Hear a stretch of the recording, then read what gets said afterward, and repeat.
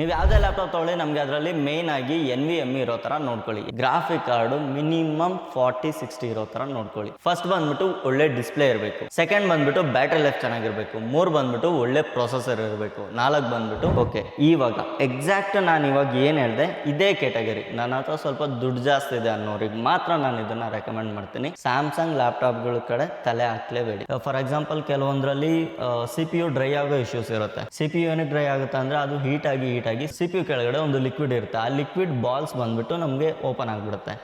Hello friends,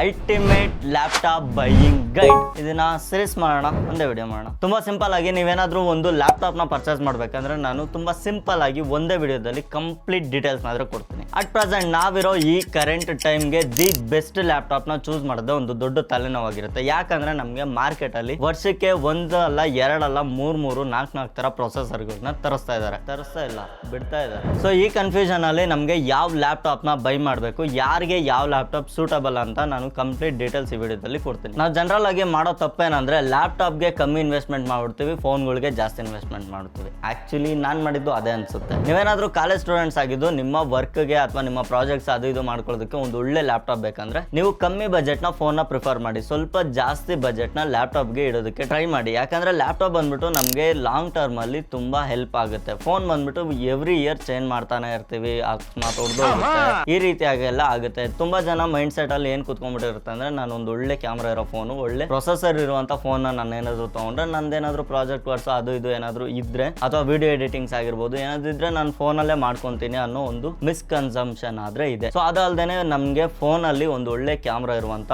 phone ನಾವೇನಾದ್ರೂ purchase ಮಾಡಿದ್ರೆ ನಾವು ಅದರಲ್ಲೇ ಫೋಟೋಗ್ರಫಿ ಮಾಡ್ಬೋದು, ವಿಡಿಯೋಗ್ರಫಿ ಮಾಡ್ಬೋದು ಅಂತ ಅನ್ಕೊಂತಾರೆ. ಆಕ್ಚುಲಿ ಅದು ತುಂಬಾ ಅಂದ್ರೆ ತುಂಬಾ ತಪ್ಪು. ನೀವೇನಾದ್ರೂ ಕಾಲೇಜ್ ಸ್ಟೂಡೆಂಟ್ಸ್ ಆಗಿದ್ದು ನನಗೆ ಲ್ಯಾಪ್ಟಾಪ್ ನ ಅವಶ್ಯಕತೆನೂ ಇದೆ, ಫೋನ್ ಅವಶ್ಯಕತೆನೂ ಇದೆ ಅನ್ನೋದಾದ್ರೆ ನೀವು ಫೋನ್ ಕಡೆ ಕಮ್ಮಿ ಫೋಕಸ್ ಮಾಡಿ, ಲ್ಯಾಪ್ಟಾಪ್ ಕಡೆ ಜಾಸ್ತಿ ಫೋಕಸ್ ಮಾಡಿ. ಅದನ್ನ ಏನಕ್ಕೆ ಅಂತ ನಾನು ಆಮೇಲೆ ಹೇಳ್ತೀನಿ. ಫಾರ್ ಎಕ್ಸಾಂಪಲ್ ಹೇಳ್ಬೇಕಂದ್ರೆ ನನ್ನ ಹತ್ರನೂ ಐಫೋನ್ ಇದೆ. ಇದರಲ್ಲಿ ನಾನು ಯಾವುದೇ ರೀತಿಯಾದಂತಹ ವಿಡಿಯೋ ಶೂಟ್ ಮಾಡೋದಿಲ್ಲ, ಫೋಟೋ ಶೂಟ್ ಮಾಡೋದಿಲ್ಲ. ಲೈಕ್ ನನಗೆ ನಾರ್ಮಲ್ ಯೂಸೇಜ್ಗೆ ಕಾಲು, ಮೆಸೇಜ್, ವಾಟ್ಸಪ್, ಮೇಲ್ಸ್ ಚೆಕ್ ಮಾಡೋದಕ್ಕೆ, ಸಮ್ PDF ಏನಾದ್ರು ಚೆಕ್ ಮಾಡೋದಕ್ಕೆ, ಮತ್ತೆ ನನ್ನ ವಿಡಿಯೋಸ್ ಪೋಸ್ಟ್ ಮಾಡೋದಕ್ಕೆ, ಕಮೆಂಟ್ಸ್ಗೆ ರಿಪ್ಲೈ ಮಾಡೋದಕ್ಕೆ ಅಷ್ಟಕ್ಕೆ ನಾನು ಈ ಫೋನ್ ಯೂಸ್ ಮಾಡ್ತೀನಿ. ಸೊ ಈ ಕೆಲಸ ಮಾಡೋದಕ್ಕೆ ನನಗೆ 1.5 ಲಕ್ಷ ರೂಪಾಯಿ ಫೋನ್ ಅವಶ್ಯಕತೆ ಇಲ್ಲ. ಸೊ ನಾನು ಏನಕ್ಕೆ ಈ ಫೋನ್ ಪ್ರಿಫರ್ ಮಾಡೋದು ಅಂದ್ರೆ ಸಮ್ ಸಿಚುವೇಶನ್ ಅಲ್ಲಿ ಎಲ್ಲಾದ್ರೂ ಹೋದಾಗ ನಮಗೆ ಕ್ಯಾಮ್ರಾ ತಗೊಂಡು ಹೋಗದೆ ಇದ್ದಾಗ ಯಾವಾಗ್ಲೂ ತುಂಬಾ ರೇರ್ ಅವಶ್ಯಕತೆ ಬೀಳೋದು. ಸೊ ಅದಕ್ಕೋಸ್ಕರ ಇವಾಗ ನಾನು ಜನರಲ್ ಆಗಿ ಏನೇನೆಲ್ಲ ವಿಡಿಯೋಸ್ ಮಾಡ್ತೀನಿ ಇದಕ್ಕೆಲ್ಲ ನಾನು ಒಂದು ಕ್ಯಾಮ್ರಾನಾದ್ರೆ ಇಟ್ಕೊಂಡಿದ್ದೀನಿ. ಯಾಕೆ ಹೇಳಿ, ಸೊ ಫೋನ್ ಅಲ್ಲಿ ಅಷ್ಟು ಎಫಿಷಿಯನ್ಸಿ ನಮಗೆ ಸಿಗೋದಿಲ್ಲ. ಸೊ ಅದಕ್ಕೋಸ್ಕರ ನೀವೇನಾದ್ರೂ ಸ್ಟೂಡೆಂಟ್ಸ್ ಆಗಿದ್ರೆ ಮಸ್ಟ್ ಅಂಡ್ ಶುಡ್ ಈ ತರ ಮೈಂಡ್ ಅಲ್ಲಿ ಇಟ್ಕೊಂಡು ಮಾಡಿ. ಸೊ ನಿಮ್ಗೆ ಏನಾದ್ರು ಇಲ್ಲ ಬ್ರೋ ನಂಗೆ ಕ್ಯಾಮ್ರಾ ಬೇಡ, ನಂಗೆ ಪರ್ಫಾರ್ಮೆನ್ಸ್ ಬೇಕು, ನಾನು ಅದರಲ್ಲಿ ಸ್ವಲ್ಪ ವಿಡಿಯೋ ಎಡಿಟಿಂಗ್ಸ್ ಮಾಡ್ತೀನಿ, ಇಲ್ಲ ಏನಾದ್ರು ಡಾಕ್ಯುಮೆಂಟ್ರೀಸ್ ಅಥವಾ ಪ್ರಾಜೆಕ್ಟ್ಸ್ ಅದು ಇದು ಏನಾದ್ರು ಮಾಡೋದಿರುತ್ತೆ ಅನ್ನೋದಾದ್ರೆ ನೀವು ಅದರಲ್ಲೂ ಸಹ ಫೋನ್ಗೆ ಕಮ್ಮಿ ಇನ್ವೆಸ್ಟ್ಮೆಂಟ್ ಮಾಡಿ, ಲ್ಯಾಪ್ಟಾಪ್ಗೆ ಒಂದೊಳ್ಳೆ ಇನ್ವೆಸ್ಟ್ಮೆಂಟ್ ಮಾಡಿ ಅಂತ ಹೇಳ್ತೀನಿ. ಈ ಲ್ಯಾಪ್ಟಾಪ್ ಬೈಯಿಂಗ್ ಗೈಡ್ ನಾನು ತುಂಬಾ ಸಿಂಪ್ಲಿಫೈ ಮಾಡೋದಕ್ಕೆ ನಿಮ್ಗೆ ಮಸ್ಟ್ ಅಂಡ್ ಶುಡ್ ಏನೇನೆಲ್ಲ ಇರಬೇಕು ಅನ್ನೋದು ಒಂದು ಲಿಸ್ಟ್ ಅಲ್ಲಿ ಆದ್ರೆ ಹೇಳ್ತೀನಿ. ನೆಕ್ಸ್ಟ್ ಲಿಸ್ಟ್ ಅಲ್ಲಿ ಬಂದ್ಬಿಟ್ಟು ಯಾರ್ಯಾರಿಗೆ ಯಾವ ಲ್ಯಾಪ್ಟಾಪ್ ಸೂಟಬಲ್ ಆಗುತ್ತೆ ಅಂತ ಹೇಳ್ತೀನಿ. ನಾ ಇದನ್ನ ಕಂಪ್ಲೀಟ್ ಒಂದು 3 ಅಥವಾ 4 ಪಾರ್ಟ್ ಆಗಿ ಡಿವೈಡ್ ಮಾಡ್ತೀನಿ. ನಂಬರ್ 1, ನಮ್ಗೆ ಮಾರ್ಕೆಟ್ ಅಲ್ಲಿ ತುಂಬಾ ಜನಕ್ಕೆ ಸ್ಕ್ಯಾಮ್ ಮಾಡೋದು ಬಂದ್ಬಿಟ್ಟು 18, 20, 22 ಸಾವಿರ ರೂಪಾಯಿಗೆಲ್ಲ ಈ ರೀತಿ ಹೇಳ್ಕೊಂಡು ಸ್ಕ್ಯಾಮ್ ಮಾಡ್ತಾ ಇದಾರೆ. ಸೊ ಈ ಲ್ಯಾಪ್ಟಾಪ್ಸ್ ಯಾವ್ದಕ್ಕೂ ಯೂಸ್ ಇರೋದಿಲ್ಲ. ಈ ಲ್ಯಾಪ್ಟಾಪ್ಸ್ ನ ನೀವೇನಾದ್ರೂ ತಗೊಂಡ್ರೆ ಒಂದು ಸಣ್ಣ ಪುಟ್ಟ ಕೆಲಸಗಳು ಮಾಡ್ಕೊಬಹುದು. ಈ ಚಿಕ್ಕ ಮಕ್ಳಿಗೆ ಬಿಲೋ 10th ಇರ್ತಾರಲ್ಲ ಅವ್ರಿಗೆ ಪೇಂಟಿಂಗ್ ಮಾಡ್ಕೊಳ್ಳೋದಕ್ಕಾಗಿ, MS ವರ್ಡ್ ನ ಯೂಸ್ ಮಾಡೋದಕ್ಕಾಗ್ಲಿ, ಬ್ರೌಸಿಂಗ್ ಮಾಡೋದಕ್ಕಾಗ್ಲಿ ಇದು ಚಿಕ್ಕ ಲ್ಯಾಪ್ಟಾಪ್ಸ್ ಆದ್ರೆ ಯೂಸ್ ಆಗುತ್ತೆ. ಬಟ್ ಆದ್ರೆ ಇದಕ್ಕೆ ಆಲ್ಟರ್ನೇಟಿವ್ ಆಗಿ ಇನ್ನೂ ಕಮ್ಮಿ ಬಜೆಟ್ ಅಲ್ಲಿ ನಮಗೆ ಟ್ಯಾಬ್ ಗಳು ಅದನ್ನ ನೋಡೋದಕ್ಕೆ ಸಿಗುತ್ತೆ, ಟ್ಯಾಬ್ ನ ಪ್ರಿಫರ್ ಮಾಡಬಹುದು. ಲ್ಯಾಪ್ಟಾಪ್ ನ ತಗೊಬೇಕಾದ್ರೆ ನಮ್ಗೆ ಇದರಲ್ಲಿ ಬೇಕಾಗಿರೋ ಮೇನ್ ಇಂಪಾರ್ಟೆಂಟ್ ಥಿಂಗ್ಸ್ 4 ಹೇಳ್ತೀನಿ ನೋಡಿ. ಫಸ್ಟ್ ಬಂದ್ಬಿಟ್ಟು ಒಳ್ಳೆ ಡಿಸ್ಪ್ಲೇ ಇರಬೇಕು. ಸೆಕೆಂಡ್ ಬಂದ್ಬಿಟ್ಟು ಬ್ಯಾಟರಿ ಲೈಫ್ ಚೆನ್ನಾಗಿರ್ಬೇಕು. 3 ಬಂದ್ಬಿಟ್ಟು ಒಳ್ಳೆ ಪ್ರೊಸೆಸರ್ ಇರಬೇಕು. 4 ಬಂದ್ಬಿಟ್ಟು ಒಳ್ಳೆ ಗ್ರಾಫಿಕ್ ಕಾರ್ಡ್ ಇರಬೇಕು. 5ನೇದು ಬಂದ್ಬಿಟ್ಟು ಸ್ಟೋರೇಜ್ ಟೈಪ್. ಇದು ಬಂದ್ಬಿಟ್ಟು ನಾನು ನಿಮ್ಗೆ ಸಿಂಪ್ಲಿಫೈ ಮಾಡಿ ಹೇಳ್ಬಿಡ್ತೀನಿ. ಸ್ಟೋರೇಜ್ ಟೈಪ್ ಬಂದ್ಬಿಟ್ಟು ನಮಗೆ must and should NVMe M.2 ಇರಲೇಬೇಕು. NVMe ಅನ್ನೋ ತಲೆ ಇಟ್ಕೊಳ್ಳಿ. M.2 ಬಂದ್ಬಿಟ್ಟು ಅದ್ರ ವೇರಿಯಂಟ್ ಆಗಿರುತ್ತೆ. ಯಾಕಂದ್ರೆ NVMe ಅಲ್ಲಿ ನಮ್ಮ ಆಪರೇಟಿಂಗ್ ಸಿಸ್ಟಮ್ ನ ಇನ್ಸ್ಟಾಲ್ ಮಾಡಿದ್ರೆ ತುಂಬಾ ಸ್ಮೂತ್ ಆಗಿ ನಮ್ಮ ಲ್ಯಾಪ್ಟಾಪ್ಸ್ ಆದ್ರೆ ವರ್ಕ್ ಆಗುತ್ತೆ. ನೆಕ್ಸ್ಟ್ ಬಂದ್ಬಿಟ್ಟು CPU ಚೂಸ್ ಮಾಡೋದು ಹೆಂಗೆ ಅಂತ ನಾನು ನಿಮ್ಗೆ ಹೇಳ್ತೀನಿ. CPU ಅಲ್ಲಿ ಬಂದ್ಬಿಟ್ಟು ನಮಗೆ ಸುಮಾರು ರೀತಿಯಾದಂತಹ CPU ಗಳು ನೋಡೋದಕ್ಕೆ ಸಿಗುತ್ತೆ. ಅದರಲ್ಲಿ ಲಾಸ್ಟ್ ಅಲ್ಲಿ P ಅಂತ ಇರುತ್ತೆ, U ಅಂತ ಇರುತ್ತೆ, H ಅಂತ ಇರುತ್ತೆ, HX ಅಂತ ಇರುತ್ತೆ. ಸೊ ಇದನ್ನೆಲ್ಲ ನೀವು ತಲೆ ಕೆಡಿಸ್ಕೊಳ್ಳೋ ಅವಶ್ಯಕತೆನೇ ಬೇಡ. ನಾನು ನಿಮ್ಗೆ ತುಂಬಾ ಸಿಂಪಲ್ ಆಗಿ ಹೇಳ್ಬಿಡ್ತೀನಿ. ನೀವೇನಾದ್ರೂ ತುಂಬಾ ಕಮ್ಮಿ ವರ್ಕ್ ಮಾಡ್ತೀರಿ ಅನ್ನೋದಾದ್ರೆ ಗೇಮ್ಗಳ ಕಡೆ ನಾವು ತಲೆ ಹಾಕು ಮಲಗೋದಿಲ್ಲ. ಸ್ಟ್ರಿಕ್ಟ್ಲಿ ನಮಗೆ ಗೇಮಿಂಗ್ಗೋಸ್ಕರ ಬೇಡವೇ ಬೇಡ ಅನ್ನೋದಾದ್ರೆ ನೀವು ಗ್ರಾಫಿಕ್ ಇಂಟಿಗ್ರೇಟೆಡ್ ಇರುವಂತ ಸಿಪಿಗಳನ್ನ ಪ್ರಿಫರ್ ಮಾಡಬಹುದು. ಇದ್ರಲ್ಲಿ ಬಂದ್ಬಿಟ್ಟು ನಮಗೆ ನಾರ್ಮಲ್ ಮಿನಿಮಮ್ ಒಂದು 2 GB ಅಷ್ಟು ಗ್ರಾಫಿಕ್ ಕಾರ್ಡ್ ಆದ್ರೆ ಇರುತ್ತೆ. ಈ ಗ್ರಾಫಿಕ್ ಕಾರ್ಡ್ ಬಂದ್ಬಿಟ್ಟು ನಮಗೆ ಡಿಸ್ಪ್ಲೇ ರನ್ ಆಗೋದಕ್ಕೆ ಬಿಟ್ಟು ಬೇರೆ ಯಾವುದೇ ರೀತಿಯಾದಂತ ಪ್ರೊಡಕ್ಟಿವಿಟಿ ವರ್ಕ್ ಮಾಡೋದಕ್ಕೆ ಆಗೋದಿಲ್ಲ. ಈ ಲ್ಯಾಪ್ಟಾಪ್ಸ್ ಎಲ್ಲ ಬಂದ್ಬಿಟ್ಟು ಅರೌಂಡ್ ನಮಗೆ 25 ಇಂದ ಹಿಡಿದು 35,000 ರೇಂಜ್ ಅಲ್ಲಿ ಆದ್ರೆ ನಮಗೆ ನೋಡೋದಕ್ಕೆ ಸಿಗುತ್ತೆ. ನೀವು 35,000 ವರೆಗೂ ಬಜೆಟ್ ಇಡ್ತಾ ಇದ್ರ ಅನ್ನೋದಾದ್ರೆ ನೀವು ಯಾವುದೇ ರೀತಿಯಾದಂತ ಗ್ರಾಫಿಕ್ ಕಾರ್ಡ್ ಇಂಟಿಗ್ರೇಟೆಡ್ ಸಿಪಿಗಳನ್ನ ತಗೊಳ್ಳೋದಕ್ಕೆ ಹೋಗ್ಬೇಡಿ. ನಾನು ಇಲ್ಲಿ ಕಂಪ್ಲೀಟ್ ಒಂದು ಲಿಸ್ಟ್ ಹಾಕಿದ್ದೀನಿ ನೋಡಿ. ಇವೆಲ್ಲ ಬಂದ್ಬಿಟ್ಟು ಗ್ರಾಫಿಕ್ ಕಾರ್ಡ್ ಇಂಟಿಗ್ರೇಟೆಡ್ ಸಿಪಿಯುಗಳಾಗಿರುತ್ತೆ. ನಾನು ಬಂದ್ಬಿಟ್ಟು ಪರ್ಸನಲ್ ಆಗಿ ರೈಸನ್ ಪ್ರೊಸೆಸರ್ಗಳ ಫ್ಯಾನ್. ಈ ಪ್ರೈಸ್ ಪಾಯಿಂಟ್ ಅಲ್ಲಿ ನಮಗೆ ಇಂಟೆಲ್ ಪ್ರೊಸೆಸರ್ ಹೊಂದಿರುವಂತ ಲ್ಯಾಪ್ಟಾಪ್ಗಳು ಸುಮಾರು ನಮಗೆ ಮಾರ್ಕೆಟ್ ಅಲ್ಲಿ ಅವೈಲೇಬಲ್ ಇದೆ. ಸೊ ಅದನ್ನ ನಾನು ಗಮನದಲ್ಲಿ ಇಟ್ಕೊಂಡು ಬರೀ ಇಂಟೆಲ್ ಬಗ್ಗೆನೇ ಫೋಕಸ್ ಮಾಡಿ ಹೇಳ್ತಾ ಇದ್ದೀನಿ. ರೈಸನ್ ಬಗ್ಗೆ ನಾನು ಆಮೇಲೆ ಹೇಳ್ತೀನಿ. ಸೊ ನಿಮ್ಮ ಬಜೆಟ್ ಏನಾದರೂ ಒಂದು 25 ಇಂದ 35,000 ಒಳಗಡೆ ಇದ್ರೆ ನಿಮಗೆ ಒಂದು ಒಳ್ಳೆ i3 ಪ್ರೊಸೆಸರ್ ಅಥವಾ i5 processor latest generation processor ಒಂದಿಗೆ ಇರುವಂತ ಲ್ಯಾಪ್ಟಾಪ್ ಅದನ್ನ ನೋಡೋದಕ್ಕೆ ಸಿಗುತ್ತೆ. ಇದ್ರಲ್ಲಿ ಬಂದ್ಬಿಟ್ಟು ನಮಗೆ i3 13 ಜನ್ ಓಕೆ ಅಂತ ಹೇಳ್ಬೋದು ಅಟ್ ಕರೆಂಟ್ ಪ್ರೈಸ್ ಅಲ್ಲಿ. 14 ಜನ್ಗೆ ಹೋಗ್ಬೇಡಿ. 14 ಜನ್ಗೆ ಯಾಕೆ ಬೇಡ ಅನ್ನೋದಾದ್ರೆ ನಮ್ಗೆ ಅದ್ರಲ್ಲಿ ಒಂದು ಸ್ವಲ್ಪ 1 ಕೋರ್ 2 ಕೋರ್ ಅಷ್ಟೇ ಡಿಫ್ರೆನ್ಸ್ ಆದ್ರೆ ನೋಡೋದಕ್ಕೆ ಸಿಗುತ್ತೆ. ಅದಕ್ಕೋಸ್ಕರ 14 ಜನರೇಷನ್ ಯಾವುದೇ ಇಂಟೆಲ್ ಚಿಪ್ ನ ನೀವು ತಗೊಳ್ಳೋದಕ್ಕೆ ಹೋಗ್ಬೇಡಿ. 13 ಜನ್ ಒಂದು ಸ್ವಲ್ಪ ಕಮ್ಮಿಗೂ ಸಿಗುತ್ತೆ, ಒಂದು ಸ್ವಲ್ಪ ಹಳೇದಾಗಿರೋದ್ರಿಂದ 1 ವರ್ಷ ಹಳೇದಷ್ಟೇ. ಅದರಿಂದ ನಿಮ್ಗೆ ಒಂದು ಬೆಸ್ಟ್ ಪ್ರೈಸ್ಗೆ ಲ್ಯಾಪ್ಟಾಪ್ಸ್ ಆದ್ರೂ ನೋಡೋದಕ್ಕೆ ಸಿಗುತ್ತೆ. ನಂಬರ್ 2, ನಿಮ್ಮ ಬಜೆಟ್ ಏನಾದರೂ 30,000 ಕ್ರಾಸ್ ಆಗ್ತಾ ಇದೆ ಅಂತ ಏನಾದರೂ ಅನ್ಕೊಂಡ್ರೆ ನೀವು must and should graphic card ಮೇಲೆ ಗಮನ ಕೊಡಿ. ಗ್ರಾಫಿಕ್ ಕಾರ್ಡ್ ಬಂದ್ಬಿಟ್ಟು ನಮಗೆ ಮಿನಿಮಮ್ 3050 ಗ್ರಾಫಿಕ್ ಕಾರ್ಡ್ ಅದರಲ್ಲಿ ಇರಬೇಕಾಗುತ್ತೆ. 3050 ಗ್ರಾಫಿಕ್ ಕಾರ್ಡ್ ಇದ್ರೆ ಒಳ್ಳೇದೇ. 3050ಗಿಂತ ಕಮ್ಮಿ ಇದ್ರೆ ನೀವು ಲ್ಯಾಪ್ಟಾಪ್ ನ ತಗೊಳ್ಳೋದೇ ಬೇಡ ಅಂತ ನಾನು ಜನರಲ್ ಆಗಿ ಪ್ರಿಫರ್ ಮಾಡ್ತೀನಿ. 35,000 ಒಳಗಡೆ ನಮಗೆ CPU ಮತ್ತೆ GPU NVMe ಎಲ್ಲ ಕ್ಲಿಯರ್ ಆಗೋಯ್ತು. ಇದ್ರ ಜೊತೆಗೆ ನೀವೇನಾದ್ರೂ ಎಕ್ಸ್ಟ್ರಾ SSD ಬೇಕಿದ್ರೆ ಹಾಕೊಳ್ಳಿ. ಅದು SSD ಆದ್ರೂ ಆಗಿರ್ಬೋದು, HDD ಆಗಿದ್ರು ಆಗಿರ್ಬೋದು, ಏನು ಡಿಫ್ರೆನ್ಸ್ ಇಲ್ಲ. SSD ಒಂದ್ ಸ್ವಲ್ಪ ಕಾಸ್ಟ್ಲಿ ಬರುತ್ತೆ, HDD ಒಂದ್ ಸ್ವಲ್ಪ ಕಮ್ಮಿ ಬರುತ್ತೆ. ನೀವು ಸೆಕೆಂಡರಿ ಯೂಸೇಜ್ಗೆ ಏನಾದ್ರು ಡೇಟಾ ಸ್ಟೋರೇಜ್ಗೆ ಬೇಕಿದ್ರೆ ಅದನ್ನ ಯೂಸ್ ಮಾಡಬಹುದು, ಯಾವುದೇ ರೀತಿ ತೊಂದರೆ ಇರೋದಿಲ್ಲ. ಮತ್ತೆ must and should 512 GB NVMe ಇರೋ ತರ ನೋಡ್ಕೊಳ್ಳಿ. 512 GB ಗಿಂತ ಕಮ್ಮಿ ಇರೋ NVMe ಬೇಡ. NVMe SSD ತುಂಬಾ ಡಿಫ್ರೆನ್ಸ್ ಇರುತ್ತೆ. NVMe ಅಲ್ಲಿ ಬಂದ್ಬಿಟ್ಟು ನಮಗೆ ಮಿನಿಮಮ್ 2,500 ಇಂದ 3,500 MBPS ಆದ್ರೆ ರೀಡ್ ಅಂಡ್ ರೈಟ್ ಸ್ಪೀಡ್ ಇರುತ್ತೆ. ಅದೇ ನಮಗೆ SSD ಗಳಲ್ಲಾದ್ರೆ 550 MB read and write speed ಇರುತ್ತೆ. ಸೊ ಇನ್ನು ಸ್ವಲ್ಪ ಜಾಸ್ತಿ ರೀಡ್ ಅಂಡ್ ರೈಟ್ ಇರೋದಂದ್ರೆ ಮ್ಯಾಕ್ಸ್ ಟು ಮ್ಯಾಕ್ಸ್ ಇದೊಂದು 1 GBPS ವರೆಗೂ ಹೋಗ್ಬೋದು. ಈ ತರ 2 GB 3 GBPS ಎಲ್ಲ ನಮಗೆ SSD ಗಳಲ್ಲಿ ನೋಡೋದಕ್ಕೆ ಸಿಗೋದಿಲ್ಲ. HDD ಬಂದ್ಬಿಟ್ಟು ನಮ್ಗೆ ಅರೌಂಡ್ 60 MB 100 MBPS ಬಂದ್ರೆ ಹೆಚ್ಚು. ಅದಕ್ಕೋಸ್ಕರ ನಾನು NVMe ನ ಪ್ರಿಫರ್ ಮಾಡಿ ಅಂತ ಹೇಳ್ತಾ ಇರೋದು. ನೆಕ್ಸ್ಟ್ ಇದ್ರಲ್ಲಿ ಬಂದ್ಬಿಟ್ಟು ಬ್ಯಾಟ್ರಿನ ನೀವೇನು ಅಷ್ಟು ಜಾಸ್ತಿ ತಲೆ ಕೆಡಿಸ್ಕೊಳ್ಳೋ ಅವಶ್ಯಕತೆ ಇಲ್ಲ. ನಿಮ್ಮ ಯೂಸೇಜ್ಗೆ ತಕ್ಕಂತೆ ಬ್ಯಾಟ್ರಿನ ನೋಡ್ಕೊಳ್ಳಿ. ಅಲ್ಲಿ ಕೆಳಗಡೆ ಬರ್ದಿರ್ತಾರೆ ಎಷ್ಟು ಅವರ್ ಬ್ಯಾಟ್ರಿ ಬರುತ್ತೆ ಅಂತ. ಅದ್ರಲ್ಲಿ ಒಂದು 2 ಅವರ್ ಕಮ್ಮಿ ಇಟ್ಕೊಳ್ಳಿ ಸಾಕು. ಜಾಸ್ತಿ ಡಿಫ್ರೆನ್ಸ್ ಇರೋದಿಲ್ಲ. ಒಂದು 2 ಅವರ್ಸ್ ಕಮ್ಮಿ ಇಟ್ಕೊಳ್ಳಿ. ಅಲ್ಲಿ ಒಂದು 6 ಅವರ್ಸ್ 8 ಅವರ್ಸ್ 12 ಅವರ್ಸ್ ಅಂತಿದ್ರೆ ನೀವು ಒಂದು 10 ಅವರ್ಸ್ ಇಟ್ಕೊಳ್ಳಿ. 12 ಅವರ್ಸ್ ಇದ್ರೆ 10 ಅವರ್ಸ್ ಇಟ್ಕೊಳ್ಳಿ, ಅಷ್ಟೇ ಸಾಕು. ಮತ್ತೆ ಡಿಸ್ಪ್ಲೇ ಬಂದ್ಬಿಟ್ಟು ನೀವು ಯಾವುದೇ ಕಾರಣಕ್ಕೂ ಫುಲ್ HD ಗಿಂತ ಜಾಸ್ತಿ 4K ಆಗಿರ್ಬೋದು, ಸ್ಕ್ರೀನ್ ಟಚ್ ಆಳು ಮುಳು ಏನನ್ನ ಬರುತ್ತೆ ಅದನ್ನೆಲ್ಲ ತಲೆಗೆ ಹಾಕೊಳಕ್ ಹೋಗ್ಬಿಡಿ. ಫುಲ್ HD ಪ್ಲಸ್ sRGB ಒಂದು 90% ಅಬೋವ್ ಇದ್ರೆ ಚೆನ್ನಾಗಿರುತ್ತೆ. ಓಕೆ, ಇಷ್ಟು ಮಾತ್ರ ಇದ್ರೆ ನೀವು ನೋಡ್ಕೊಳ್ಳಿ, ಜಾಸ್ತಿ ಏನೋ ನೋಡ್ಕೊಳ್ಳೋದು ಬೇಡ. ನೆಕ್ಸ್ಟ್ ಲೆವೆಲ್ ನ ಲ್ಯಾಪ್ಟಾಪ್ಗಳು. ನೀವೇನಾದ್ರೂ ಕೋಡಿಂಗ್ ಮಾಡ್ತಾ ಇದ್ದು ಅಥವಾ ಇಂಜಿನಿಯರಿಂಗ್ ಸ್ಟೂಡೆಂಟ್ಸ್ ಆಗಿದ್ರೆ ನಿಮಗೆ ಇದರಲ್ಲಿ ಕೋಡಿಂಗ್ಸ್ ಬಗ್ಗೆ ಮತ್ತೆ ವಿಡಿಯೋ ಎಡಿಟಿಂಗ್ಸ್, ಫೋಟೋಗ್ರಫಿ ಇದೆಲ್ಲ ಇಂಜಿನಿಯರಿಂಗ್ ಅಲ್ಲೇ ಎಲ್ಲ ಕಂಪ್ಲೀಟ್ ಮಿಕ್ಸ್ ಆಗಿಬಿಡುತ್ತೆ. ಇಂಜಿನಿಯರಿಂಗ್ ಅಲ್ಲಿ ಪರ್ಟಿಕ್ಯುಲರ್ ಆಗಿ ಯಾವುದೊಂದು ಅವರು ಕರೆಕ್ಟ್ ಆಗಿ ಮಾಡೋದಿಲ್ಲ. ಅವ್ರು ತಗೊಂಡ್ರೋ ಕೋರ್ಸೇ ಬೇರೆ ಆಗಿರುತ್ತೆ, ಅವ್ರಿಗೆ ಬರೋ ಪ್ಯಾಷನೇ ಬೇರೆ ಆಗಿರುತ್ತೆ. ನೀವೇನಾದ್ರೂ ಫೋಟೋಗ್ರಫಿ, ವಿಡಿಯೋಗ್ರಫಿ, ವಿಡಿಯೋ ಎಡಿಟಿಂಗ್ಸ್ ಆಗಿರ್ಬೋದು, ಗ್ರಾಫಿಕ್ ಡಿಸೈನರ್ಸ್ ಅಥವಾ 3D ಅನಿಮೇಷನ್ಸ್, ಎವ್ರಿಥಿಂಗ್ ಏನೇ ಆಗಿರ್ಬೋದು. ನೀವೇನಾದ್ರೂ ಇಂಜಿನಿಯರಿಂಗ್ ಸ್ಟೂಡೆಂಟ್ಸ್ ಆಗಿದ್ರೆ ನಾನು ನಿಮಗೆ ಮಸ್ಟ್ ಅಂಡ್ ಶುಡ್ ಆಗಿ ನಾನು ಫೋಕಸ್ ಮಾಡಿ ಹೇಳ್ತಾ ಇದ್ದೀನಿ. ಸೊ ಇದರಲ್ಲಿ ನೀವು must and should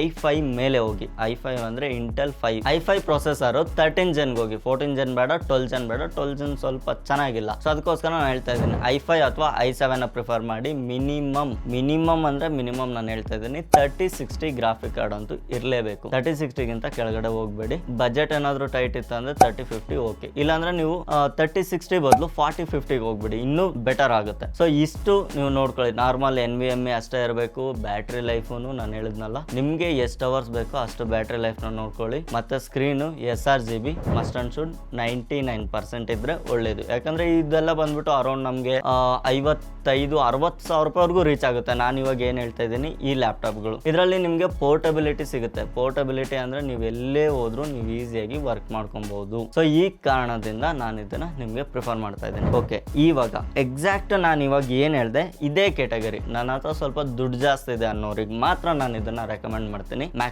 MacBook air ಆಗಿರ್ಬೋದು, ಪ್ರೋ ಬೇಡ, ಪ್ರೋ ಆಮೇಲೆ ಹೇಳ್ತೀನಿ. ಮ್ಯಾಕ್ಬುಕ್ ಏರ್ ನೀವು ಯಾವ್ದಾದ್ರು ತಗೊಳ್ಳಿ. M2 ಆಗಿರ್ಬೋದು, M3 ಆಗಿರ್ಬೋದು, ಲೇಟೆಸ್ಟ್ ಬಂದ್ರೆ M4 ಆಗಿರ್ಬೋದು, ಯಾವ್ದಾದ್ರು ತಗೊಳ್ಳಿ. ನಿಮ್ಗೆ ಒಂದು ಬೆಸ್ಟ್ ರಿಸಲ್ಟ್ಸ್ ನಾದ್ರೆ ಕೊಡುತ್ತೆ. ಈ i5 ಮತ್ತೆ i7 ಎರಡಕ್ಕೂ ಮಿಡಲ್ ಇರುತ್ತೆ. ನಿಮ್ಗೆ ತುಂಬಾ ಸ್ಲೀಕ್ ಡಿಸೈನ್ ನೋಡೋದಕ್ಕೆ ಸಿಗುತ್ತೆ, ಲೈಟ್ ವೇಟ್ ಇರುತ್ತೆ. ಬ್ಯಾಟ್ರಿ ಲೈಫ್ ಬಂದ್ಬಿಟ್ಟು ನಾರ್ಮಲ್ ವಿಂಡೋಸ್ ಲ್ಯಾಪ್ಟಾಪ್ಗಳಿಗಿಂತ ಆಲ್ಮೋಸ್ಟ್ ಡಬಲ್ ಅಂತ ಹೇಳ್ಬೋದು ಗುರು, ಡಬಲ್ ನಿಮಗೆ ಬ್ಯಾಟ್ರಿ ಲೈಫ್ ಬರುತ್ತೆ. ಬಟ್ ಅದ್ರ ಕೆಲವೊಂದು ಸಾಫ್ಟ್ವೇರ್ಗಳಿಗೆ ನೀವು ದುಡ್ಡು ಪೇ ಮಾಡಲೇಬೇಕಾಗುತ್ತೆ. ಫ್ರೀ ಸಾಫ್ಟ್ವೇರ್ಸ್ ಇದರಲ್ಲಿ ತುಂಬಾ ಕಮ್ಮಿ ಸಿಗೋದು, ಸೊ ಅದನ್ನ ಒಂದು ನೋಡ್ಕೊಬೇಕಾಗುತ್ತೆ ಅಷ್ಟೇ. ಇಂಜಿನಿಯರಿಂಗ್ ಮಾಡೋರು ಇರ್ತಾರೆ ಸಾಕರ್ ಮಂದಿ, ಸೊ ಅವ್ರಿಗೋಸ್ಕರ ಅಷ್ಟೇ ಹೇಳ್ತಾ ಇರೋದು. ನೀವು ಆ ಥರ ಏನಾದರೂ ಇದ್ರೆ ನೀವು ಇದನ್ನ ನೋಡ್ಬೋದು. ಸೊ ಇವಾಗ ಅಲ್ಟಿಮೇಟ್ ಲ್ಯಾಪ್ಟಾಪ್ಗಳಲ್ಲಿ ಈ ಕೆಟಗರಿಗೆ ಅಂತ ಬಂದ್ಬಿಟ್ರೆ ಮ್ಯಾಕ್ಸಿಮಮ್ 2 ಲಕ್ಷಕ್ಕೂ ಇದೆ, 2.5 ಲಕ್ಷಕ್ಕೂ ಇದೆ, 3 ಲಕ್ಷ ಇದೆ, 3.5 ಲಕ್ಷಕ್ಕೂ ನಾನು ಲ್ಯಾಪ್ಟಾಪ್ ನೋಡಿದ್ದೀನಿ. ಸೊ ಇಷ್ಟೆಲ್ಲ ಬೇಡ ಗುರು, ನಮಗೆ ಅಷ್ಟೆಲ್ಲ ಖರ್ಚು ಮಾಡೋ ಅವಶ್ಯಕತೆನೇ ಇಲ್ಲ. 3.5 ಲಕ್ಷ 4 ಲಕ್ಷ ಲ್ಯಾಪ್ಟಾಪ್ ಏನಕ್ಕೆ ಬೇಕು ಅಂತ ನಾನು ಪರ್ಸನಲ್ ಆಗಿ ಕೇಳ್ತೀನಿ. ಸೊ ನೀವೇನಾದ್ರೂ ಬಜೆಟ್ 2.5 ಲಕ್ಷಕ್ಕಿಂತ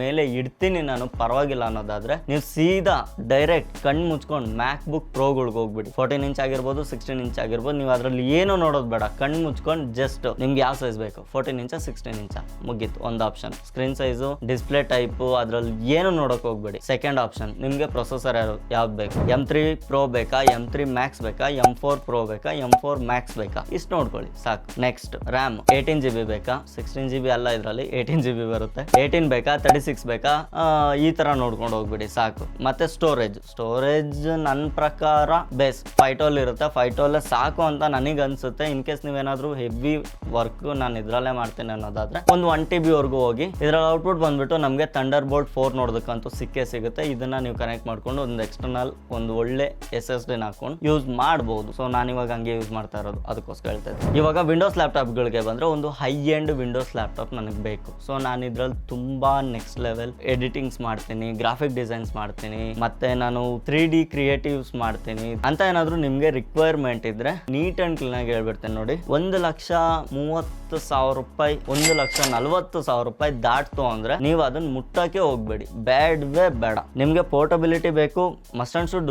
ಈ 3D ವರ್ಕ್ಸ್ ಇವೆಲ್ಲ ಮಾಡೋರು ಬಂದ್ಬಿಟ್ಟು ಆಲ್ಮೋಸ್ಟ್ PC ಗಳಲ್ಲೇ ಮಾಡೋದು. ಎಲ್ಲಾದ್ರೂ ಕ್ಲೈಂಟ್ಗೆ ಪ್ರೆಸೆಂಟೇಷನ್ ಕೊಡಬೇಕು ಅನ್ನೋವಾಗ ಮಾತ್ರ ನಿಮ್ಗೆ ಪೋರ್ಟಬಿಲಿಟಿ ಬೇಕಾಗುತ್ತೆ. ಆ ಟೈಮಲ್ಲಿ ನೀವು ಕ್ಯಾರಿ ಮಾಡಲೇಬೇಕಾಗುತ್ತೆ. ಅದಕ್ಕೋಸ್ಕರ ಅಷ್ಟೇ ನಾನು ಹೇಳ್ತಾ ಇದ್ದೀನಿ. ಸೊ ಇದರಲ್ಲಿ ನಾರ್ಮಲ್ ಆಗಿ ನಮ್ಗೊಂದು 90 ವ್ಯಾಟ್ 95 ವ್ಯಾಟ್ನ ಬ್ಯಾಟ್ರಿ ಆದ್ರೂ ನೋಡೋದಕ್ಕೆ ಸಿಗುತ್ತೆ. ಸಮ್ ಏರ್ಪೋರ್ಟ್ ಗೈಡ್ಲೈನ್ಸ್ ಇಂದ 100 ವ್ಯಾಟ್ ಗಿಂತ ಮೇಲೆ ಇರೋದು ಏರ್ಪೋರ್ಟ್ ಅಲ್ಲಿ ಕ್ಯಾರಿ ಮಾಡೋದಕ್ಕೆ ಅಲೋ ಮಾಡೋದಿಲ್ಲ. ಅದಕ್ಕೋಸ್ಕರ ನಿಮಗೆ 90-95 ವ್ಯಾಟ್ನ ಲ್ಯಾಪ್ಟಾಪ್ಸ್ ಗಳಿಗಾದ್ರೆ ನೋಡೋದಕ್ಕೆ ಸಿಗುತ್ತೆ. ಬ್ಯಾಟ್ರಿ ಒಂದು ಮುಗೀತು. CPU ಬಂದ್ರೆ i7 ಹೋಗಿ. i7 13 ಜನ ನಾನು ಇದ್ರಲ್ಲೂ ಪ್ರಿಫರ್ ಮಾಡ್ತೀನಿ. ಮತ್ತೆ ಗ್ರಾಫಿಕ್ ಕಾರ್ಡ್ ಮಿನಿಮಮ್ 4060 ಇರೋ ತರ ನೋಡ್ಕೊಳ್ಳಿ. 4060 ಇದೆ, 4070 ಇದೆ, 48 ಇದೆ, 4090 ಸಹ ಇದೆ. ಅವೆಲ್ಲ 2 ಲಕ್ಷ ಮೇಲೆ ದಾಟುತ್ತೆ. ನೀವು 4060 ಇಟ್ಕೊಳ್ಳಿ ಸಾಕು, ಬೇರೆ ಯಾವ್ದು ಬೇಡ. ನಿಮ್ಗೆ ಇನ್ನೊಂದು ಸ್ವಲ್ಪ ಬಜೆಟ್ ನಾನು ಹಾಕೊಂತೀನಿ ಅನ್ನೋದಾದ್ರೆ 4070 ಹೋಗಿ ಅಷ್ಟೇ. ಮತ್ತೆ ಡಿಸ್ಪ್ಲೇ ಬಂದ್ಬಿಟ್ಟು ನೀವು ಇದ್ರಲ್ಲೂ ಸಹ ನಾನು ಓಪನ್ ಆಗಿ ಹೇಳ್ತೀನಿ, ನೀವು 4K ಡಿಸ್ಪ್ಲೇಗಳಿಗೆಲ್ಲ ಹೋಗ್ಲೇಬೇಡಿ. ಲ್ಯಾಪ್ಟಾಪ್ ನಾವು ತಗೊಂಡು ಕ್ಯಾರಿ ಮಾಡ್ತಾ ಇರಬೇಕಾದ್ರೆ ನಮಗೆ ಡಿಸ್ಪ್ಲೇ ರೆಸಲ್ಯೂಷನ್ ಎಲ್ಲ ಜಾಸ್ತಿ ಆದ್ರೆ CPU ಮೇಲೆ ಲೋಡ್ ಜಾಸ್ತಿ ಬೀಳುತ್ತೆ. ಆವಾಗ ನಾವೇನಾದ್ರೂ ಪ್ರೆಸೆಂಟೇಷನ್ ಮಾಡಬೇಕು ಅನ್ನೋವಾಗ ಪ್ರೊಸೆಸರು ಅಷ್ಟು ಜಾಸ್ತಿ ಪರ್ಫಾರ್ಮ್ ಮಾಡದೆ ಆಗ್ಬೋದು. ಯಾಕಂದ್ರೆ ನಾವು ಪ್ರೆಸೆಂಟ್ ಮಾಡುವಂತ ಡೇಟಾ ಏನಿರುತ್ತೆ ಅದನ್ನು ಪ್ರೊಸೆಸ್ ಮಾಡಬೇಕು, ಡಿಸ್ಪ್ಲೇಗೆ 4K ಕ್ವಾಲಿಟಿನೂ ಪ್ರೊಸೆಸ್ ಮಾಡಬೇಕು ಅಂದಾಗ CPU ಮತ್ತೆ ಗ್ರಾಫಿಕ್ ಕಾರ್ಡ್ ಎರಡಕ್ಕೂ ಸ್ವಲ್ಪ ಲೋಡ್ ಜಾಸ್ತಿ ಆಗುತ್ತೆ. ನೀವು ಇದ್ರಲ್ಲಿ ಬಂದ್ಬಿಟ್ಟು ಮಿನಿಮಮ್ 64 GB ರ್ಯಾಮ್ ನ ಮೇಂಟೈನ್ ಮಾಡ್ಕೊಳ್ಳಿ. ನಾನು ಆವಾಗಲೇ ಕಮ್ಮಿದ ಏನು ಹೇಳಿದೆ, ಅವಕ್ಕೆಲ್ಲ ಒಂದು 32 GB 16 GB ರ್ಯಾಮ್ ಇದ್ರೆ ಓಕೆ. 8 GB ಮಾತ್ರ ಯಾರು ಪ್ರಿಫರ್ ಮಾಡಕ್ ಹೋಗ್ಬೇಡಿ. 8 GB ರ್ಯಾಮ್ ನರ್ಕಾಗುರು. 8 GB ರ್ಯಾಮ್. ಸೊ ಮಿನಿಮಮ್ 1632 ಈ ಹೈ ಎಂಡ್ ಲ್ಯಾಪ್ಟಾಪ್ಗಳಲ್ಲಿ 64 GB ರ್ಯಾಮ್ ಇರೋ ತರ ನೋಡ್ಕೊಳ್ಳಿ. NVMe ಬಂದ್ಬಿಟ್ಟು ಮಸ್ಟ್ ಅಂಡ್ ಶುಡ್ 1 TB ಇರಲೇಬೇಕು ಇದಕ್ಕೆ. ಮತ್ತೆ ನಿಮ್ಮ ಎಕ್ಸ್ಟರ್ನಲ್ SSD ಅಥವಾ ನೀವು ಅದರಲ್ಲಿ ಇಂಟರ್ನಲ್ ಆಗಿ ಏನಾದರೂ SSD ಹಾಕ್ಸೋದಾದ್ರೆ ಅದನ್ನ ನಿಮ್ಮ ಕೆಪಾಸಿಟಿ ಮೇಲೆ 1 TB 2 TB 4 TB ಏನಾದರೂ ಹಾಕ್ಸ್ಕೊಳ್ಳಿ. ಅದು ಕಸ್ಟಮೈಸೇಬಲ್. ಅದನ್ನು ನೀವು ಆರಾಮಾಗಿ ಹಾಕ್ಸ್ಕೊಂಡು ಯೂಸ್ ಮಾಡ್ಬೋದು. ಫೈನಲ್ ಆಗಿ ನೀವು ಇದೊಂದು ಲ್ಯಾಪ್ಟಾಪ್ನ ನಾನು ತಗೊಬೇಕು ಅಂತ ಫಿಕ್ಸ್ ಆಗಿದ್ದೀನಿ. ಇದನ್ನ ನಾನು ತಗೊಬೋದಾ ಬೇಡವಾ ಅಂತ ನೀವು ಜಸ್ಟ್ ಆ ಲ್ಯಾಪ್ಟಾಪ್ ನೇಮ್ ಅಂಡ್ ಮಾಡೆಲ್ ನಂಬರ್ನ ತೊಗೊಂಡೋಗಿ ಗೂಗಲಲ್ಲಿ ಹಾಕಿ ಕಂಪ್ಲೇಂಟ್ಸ್ ಅಂತ ಹಾಕಿ ಅಥವಾ ರೆಡಿಟ್ಸ್ ಅಂತ ಹಾಕಿ. ಸೊ ನಿಮ್ಗೆ ಅಲ್ಲಿ ಕಂಪ್ಲೀಟ್ ರೀಸೆಂಟಾಗಿ ಯಾರ್ಯಾರು ಈ ಲ್ಯಾಪ್ಟಾಪಲ್ಲಿ ಬಂದರು ಕಾಮನ್ ಇಶ್ಯೂಸ್ ಯಾರಾದರೂ ರಿಪೋರ್ಟ್ ಮಾಡಿದ್ರೆ ನಿಮಗೆ ಗೊತ್ತಾಗುತ್ತೆ. ನಾರ್ಮಲ್ ಜನರಲ್ ಆಗಿ 1-2 ಕಂಪ್ಲೇಂಟ್ಸ್ ಇದ್ರೆ ನೀವು ಅದನ್ನ ತಲೆ ಕೆಡಿಸ್ಕೊಳಕ್ಕೆ ಹೋಗ್ಬೇಡಿ. ಸೊ ಒಂದು 5-6 ಕಂಪ್ಲೇಂಟ್ಸು ಸೇಮ್ ಲ್ಯಾಪ್ಟಾಪ್ ಮೇಲೆ ಸೇಮ್ ಇಶ್ಯೂಸ್ನ ಹಾಕಿದಾರೆ ಅಂದರೆ ನೀವು ಆ ಕಡೆ ತಲೆ ಹಾಕಕ್ಕೆ ಹೋಗ್ಬೇಡಿ. ಯಾಕಂದರೆ ಫಾರ್ ಎಕ್ಸಾಂಪಲ್ ಕೆಲವೊಂದರಲ್ಲಿ CPU ಡ್ರೈ ಆಗೋ ಇಶ್ಯೂಸ್ ಇರುತ್ತೆ. CPU ಏನಕ್ಕೆ ಡ್ರೈ ಆಗುತ್ತೆ ಅಂದರೆ ಅದು ಹೀಟ್ ಆಗಿ CPU ಕೆಳಗಡೆ ಒಂದು ಲಿಕ್ವಿಡ್ ಇರುತ್ತೆ. ಆ ಲಿಕ್ವಿಡ್ ಬಾಲ್ಸ್ ಬಂದ್ಬಿಟ್ಟು ನಮಗೆ ಓಪನ್ ಆಗಿಬಿಡುತ್ತೆ. ಸೊ ಅದಕ್ಕೋಸ್ಕರ ನೀವು ಅದನ್ನು ನೋಡ್ಕೊಬೇಕಾಗುತ್ತೆ. ಕೆಲವೊಂದು ಲ್ಯಾಪ್ಟಾಪ್ಗಳಲ್ಲಿ ಇದು ಹೀಟಿಂಗ್ ಇಶ್ಯೂ ಬಂದಾಗ 100% 50% ಇದ್ದೇ ಇರುತ್ತೆ. ಸೊ ಈ ಕಾರಣದಿಂದ ನೀವು ಯಾವ್ದಾದ್ರು ಲ್ಯಾಪ್ಟಾಪ್ ನ ಪರ್ಚೇಸ್ ಮಾಡೋದಕ್ಕಿಂತ ಮುಂಚೆ ಒಂದ್ಸರಿ ನೋಡ್ಕೊಂಡ್ಬಿಟ್ರೆ ಬೆಸ್ಟ್. ಮತ್ತೆ ಮಾರ್ಕೆಟ್ ಅಲ್ಲಿ ಸುಮಾರು ಹೊಸ ಲ್ಯಾಪ್ಟಾಪ್ಗಳಿದೆ, ನೀವು ಅದನ್ನೆಲ್ಲ ಯಾವ್ದನ್ನು ತಗೊಳೋದಕ್ಕೆ ಹೋಗ್ಬಿಡಿ. ಬೆಸ್ಟ್ ಲ್ಯಾಪ್ಟಾಪ್ಸ್ ಬಂದ್ಬಿಟ್ಟು ಲೆನೋವೋ, ಡೆಲ್, HP, ಏಸರ್ ಈ 4 ಲ್ಯಾಪ್ಟಾಪ್ಗಳನ್ನ ಅಷ್ಟೇ ನೀವು ಪ್ರಿಫರ್ ಮಾಡಿ. ಯಾಕಂದ್ರೆ ಇವು ಬಂದ್ಬಿಟ್ಟು ತುಂಬಾ ವರ್ಷಗಳಿಂದ ಲ್ಯಾಪ್ಟಾಪ್ಸ್ ಮೇಲೆನೆ ಫೋಕಸ್ ಮಾಡಿ ಬಿಲ್ಡ್ ಆಗಿರುವಂತ ಕಂಪ್ನೀಸ್. ರೀಸೆಂಟ್ ಟೈಮ್ ಅಲ್ಲಿ ನಮಗೆ ತುಂಬಾ ಬೇರೆ ಬ್ರ್ಯಾಂಡ್ಸ್ ನ ಲ್ಯಾಪ್ಟಾಪ್ಸ್ ನೋಡೋದಕ್ಕೆ ಸಿಗುತ್ತೆ. ಸೊ ಅದೆಲ್ಲ ನಾವು ಪ್ರಿಫರ್ ಮಾಡೋದು ಬೇಡ, ಯಾಕಂದ್ರೆ ಅದಕ್ಕೆ ಪ್ರಾಪರ್ ಸರ್ವಿಸ್ ನಮಗೆ ಸಿಗೋದು ಕಷ್ಟ ಆಗುತ್ತೆ ಫ್ಯೂಚರ್ ಅಲ್ಲಿ. ಅದಕ್ಕೋಸ್ಕರ ಲೈಕ್ ನೀವೇನಾದ್ರೂ ಸ್ಯಾಮ್ಸಂಗ್ ಈಕೋ ಸಿಸ್ಟಮ್ ಅನ್ನೋ ಭ್ರಮೇಲ್ ಬಿದ್ದಿದ್ರೆ ಸ್ಯಾಮ್ಸಂಗ್ ಲ್ಯಾಪ್ಟಾಪ್ಗಳ ಕಡೆ ತಲೆ ಹಾಕ್ಲೇಬೇಡಿ. ಯಾಕಂದ್ರೆ ಅದು ಪ್ರಾಪರ್ ಸರ್ವಿಸ್ ಇಲ್ಲ, ಅದ್ರ ಪರ್ಫಾರ್ಮೆನ್ಸ್ ಅಷ್ಟು ಚೆನ್ನಾಗಿಲ್ಲ. ಅದ್ರಲ್ಲಿ ಬಂದ್ಬಿಟ್ಟು ನಾನು ಜಾಸ್ತಿ ಇವಾಗ ಜಸ್ಟ್ ಹೇಳಿದ್ನಲ್ಲ, CPU ಡ್ರೈ ಆಗೋ ಇಶ್ಯೂ ತುಂಬಾ ಇರುತ್ತೆ. CPU ಕಂಪ್ಲೀಟ್ ಡೆಡ್ಡೇ ಆಗ್ಬಿಡುತ್ತೆ, ಯಾರು ನಿಮ್ಗೆ ಅದನ್ನ ಓಪನ್ ಆಗಿ ಹೇಳೋದಿಲ್ಲ. CPU ನ ಜಸ್ಟ್ ಈ ತರ ರೀಬಾಲ್ ಮಾಡಿ ರೀಫಿಕ್ಸ್ ಮಾಡಿದ್ರೆ ಇದು 100% ರೆಡಿ ಆಗುತ್ತೆ. ಬಟ್ ಆದ್ರೆ ಇದನ್ನ ಯಾರು ಹೇಳೋದಿಲ್ಲ, ಸರ್ವಿಸ್ ಸೆಂಟ್ರಲ್ ವಾರಂಟಿ ಇದ್ದು ಸಹ ಮಾಡ್ಕೊಡೋದಿಲ್ಲ. ಇದಕ್ಕೆ ಮದರ್ ಬೋರ್ಡ್ ಕಂಪ್ಲೀಟ್ ಡೆಡ್ ಆಗಿದೆ ಅಂದ್ಬಿಟ್ಟು ಮದರ್ ಬೋರ್ಡ್ ರಿಪ್ಲೇಸ್ ಮಾಡಬೇಕು ಅಂತಾನೆ ಮಾಡ್ಕೊಡ್ತಾರೆ. ಅವಾಗ ನಮಗೆ ಹರ್ಟ್ ಆಗುತ್ತಲ್ಲ ಗುರು. ಸೊ ನಾವು ಇಷ್ಟೆಲ್ಲ ದುಡ್ಡು ಹಾಕಿ ಹೋಯ್ತಲ್ಲ ಅಂತ ನಮ್ಗೆ ಅನ್ಸುತ್ತೆ. ಬಟ್ ಆದ್ರೆ ಇನ್ಸೈಡ್ ಸ್ಟೋರಿ ನನಗೆ ಗೊತ್ತು. ಸೊ ಅದನ್ನ ಅಷ್ಟು ಓಪನ್ ಆಗಿ ಹೇಳೋದಕ್ಕೆ ಆಗೋದಿಲ್ಲ, ಏನೋ ಮಾಡೋದಕ್ಕೆ ಆಗೋದಿಲ್ಲ. ಮತ್ತೆ ಇದೇ ತಿಂಗಳು 12ರಿಂದ 14ನೇ ತಾರೀಕುವರೆಗೂ ನಮಗೆ ಅಮೆಝಾನ್ ಪ್ರೈಮ್ ಡೇ ಸೇಲ್ ಆದ್ರೆ ಸ್ಟಾರ್ಟ್ ಆಗ್ತದೆ. ಈ ಸೇಲ್ ಅಲ್ಲಿ ನಮಗೆ ಸುಮಾರು ಪ್ರಾಡಕ್ಟ್ಸ್ ತುಂಬಾ ಡಿಸ್ಕೌಂಟ್ಸ್ ಎಲ್ಲ ಆದ್ರೆ ನೋಡಕ್ಕೆ ಸಿಗುತ್ತೆ. ಡಿಸ್ಕ್ರಿಪ್ಷನ್ ಅಲ್ಲಿ ನಮ್ಮ ವಾಟ್ಸ್ಆಪ್ ಚಾನಲ್ ಲಿಂಕ್ ಮತ್ತೆ ಟೆಲಿಗ್ರಾಮ್ ಚಾನಲ್ ಲಿಂಕ್ ಕೊಟ್ಟಿರ್ತೀನಿ. ನೀವು ಟೆಲಿಗ್ರಾಮ್ ಯೂಸ್ ಮಾಡೋದಾದ್ರೆ ಅಲ್ಲಿ ಜಾಯ್ನ್ ಆಗಿರಿ, ವಾಟ್ಸ್ಆಪ್ ಯೂಸ್ ಮಾಡೋದಾದ್ರೆ ಇಲ್ಲಿ ಜಾಯ್ನ್ ಆಗಿರಿ. ಕರೆಕ್ಟ್ ಆಗಿ ನೀವು 12ನೇ ತಾರೀಕು ನೈಟ್ ಅಂದ್ರೆ 11ನೇ ತಾರೀಕು ನೈಟ್ ಎಚ್ಚರ ಇದ್ದು 12ನೇ ತಾರೀಕು 12 ಗಂಟೆ ಹೊಡಿತಿದ್ದಂಗೆ ನೀವು ಸ್ಟಾರ್ಟ್ ಮಾಡ್ಕೊಂಡ್ರೆ ನಿಮ್ಗೆ ಬೆಳಿಗ್ಗೆ 4 ಗಂಟೆವರೆಗೂ ಕಂಟಿನ್ಯೂಸ್ ಹೆವಿ ಡೀಲ್ಸ್ ಆದ್ರೆ ನೋಡೋದಕ್ಕೆ ಸಿಗುತ್ತೆ. ಸುಮಾರು ಪ್ರಾಡಕ್ಟ್ಸ್ ಸುಮಾರು ಕಮ್ಮಿ ಪ್ರೈಸ್ಗೆ ಆದ್ರೆ ಬರೋ ಚಾನ್ಸಸ್ ಇದೆ. ಅದನ್ನ ಪ್ರತಿಯೊಂದನ್ನ ಟ್ರ್ಯಾಕ್ ಮಾಡಿ ನಾನು ನಮ್ಮ ವಾಟ್ಸ್ಆಪ್ ಚಾನಲ್ ಅಲ್ಲಿ ಮತ್ತೆ ಟೆಲಿಗ್ರಾಮ್ ಚಾನಲ್ ಅಲ್ಲಿ ಪೋಸ್ಟ್ ಮಾಡ್ತಾ ಇರ್ತೀನಿ, ಮಿಸ್ ಮಾಡ್ಕೊಂಬಿಡಿ. ಸೊ ಈ ವಿಡಿಯೋ ನಿಮ್ಗೆ ಏನಾದ್ರು ಇಷ್ಟ ಆಗಿದ್ರೆ ಒಂದು ಲೈಕ್ ಮಾಡ್ಕೊಳ್ಳಿ. ಇದೇ ರೀತಿ ಇಂಟ್ರೆಸ್ಟಿಂಗ್ ವಿಡಿಯೋಸ್ ನಮ್ಮ ಚಾನಲ್ ಅಲ್ಲಿ ನೋಡೋದಕ್ಕೆ ಸಿಗ್ತಾ ಇರುತ್ತೆ. ಈ ವಿಡಿಯೋದಲ್ಲಿ ಏನಾದ್ರು ಪಾಯಿಂಟ್ಸ್ ನ ಮಿಸ್ ಮಾಡಿದ್ರೆ ಅದು ಏನು ಅಂತ ನನಗೆ ಕಮೆಂಟ್ ಮಾಡಿ ತಿಳಿಸಿ. ಅದ್ರ ಬಗ್ಗೆ ನಾನು ನೆಕ್ಸ್ಟ್ ವಿಡಿಯೋದಲ್ಲಿ ಕವರ್ ಮಾಡ್ತೀನಿ. ನೆಕ್ಸ್ಟ್ ವಿಡಿಯೋದಲ್ಲಿ ಸಿಗೋಣ. ಅಲ್ಲಿವರೆಗೂ ಟೇಕ್ ಕೇರ್, ಬಾಯ್.